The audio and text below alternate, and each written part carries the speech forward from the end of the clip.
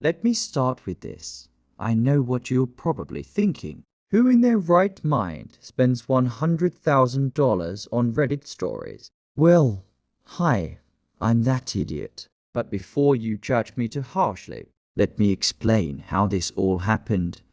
Because honestly, it's one of the wildest journeys of my life. And yeah, it all started with Reddit. I've always been obsessed with Reddit. I'd scroll through our Mythia Hole, our Oprah Revenge, or Tifu, for hours every night. These stories were better than Netflix, better than podcasts, better than literally anything else. They had drama, suspense, comedy, real people living through stuff you couldn't even make up. At some point, I started thinking, what if I shared these stories myself? Like, put them on YouTube, add some narration, make a channel. I saw other people doing it and their videos were pulling hundreds of thousands of views. Easy money, I thought.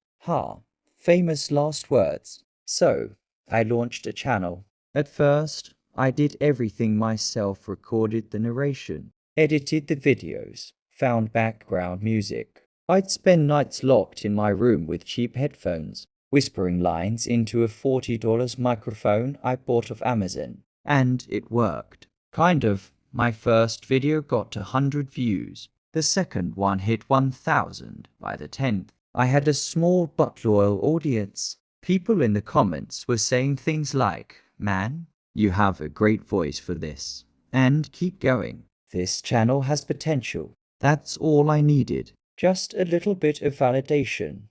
And suddenly I thought, this could be huge. This could change my life. But here's the thing. Once you get a taste of growth, you get greedy. I started comparing myself to the big channels, the ones with millions of subscribers, perfect thumbnails, crisp editing, voices that sounded like professional radio hosts. And I thought, if I want to compete, I need to spend money. Serious money. So, I did. First, it was little things.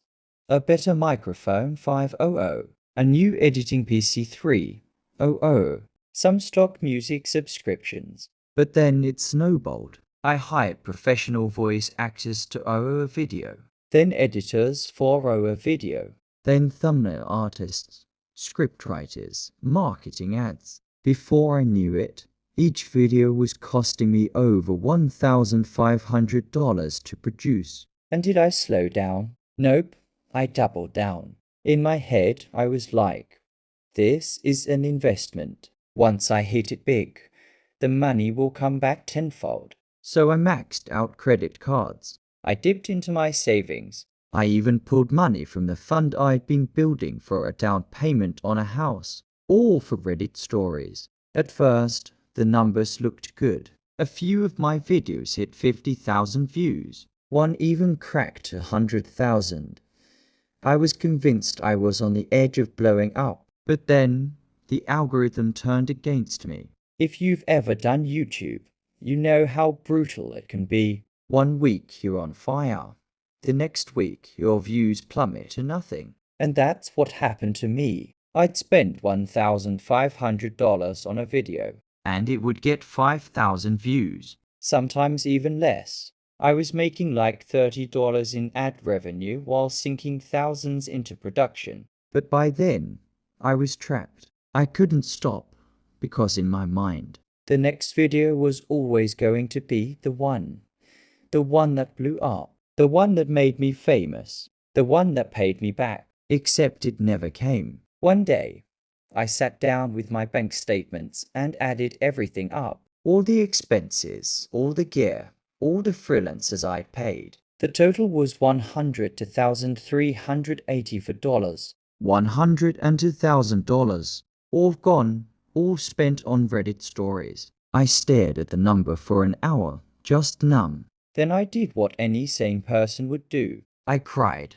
Like, ugly cried. Because here's the thing. I wasn't rich. I wasn't some millionaire blowing spare change. This was everything I had. My future house, my savings, my emergency fund, all gone. Now, here's where karma comes in. When I finally confessed what I'd done to my best friend, Instead of roasting me or calling me stupid, he said, "Why don't you just tell this story?" I was confused. He explained, "Dude, think about it. People love drama. People love failure. People love hearing about someone going all in on a dream, crashing, and then trying to figure it out. It's like the ultimate Reddit story, except it's yours." And that's when it clicked. So, I did exactly that. I sat down, wrote out everything I'd been through, the obsession, the spending, the downfall, and I recorded it as a story.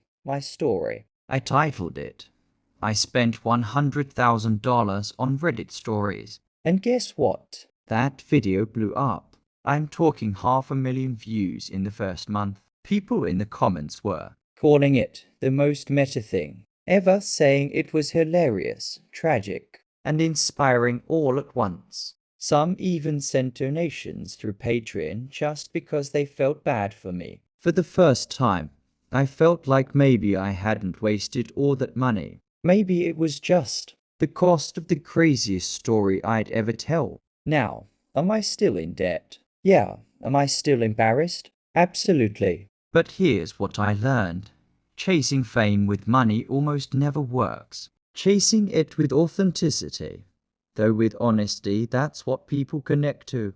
Reddit taught me that. And spending $100,000, well, it was a brutal lesson, but one I'll never forget. So if you're out there thinking of blowing your savings to chase a dream, maybe don't, or at least, maybe don't do it for Reddit stories. At the end of the day, I can't say I regret it completely, because if I hadn't gone through all this, I wouldn't be sitting here right now, telling you the most expensive Reddit story ever told. And who knows, maybe one day, when I finally crawl out of this debt hole, I'll look back and laugh. Until then, at least I've got a killer story.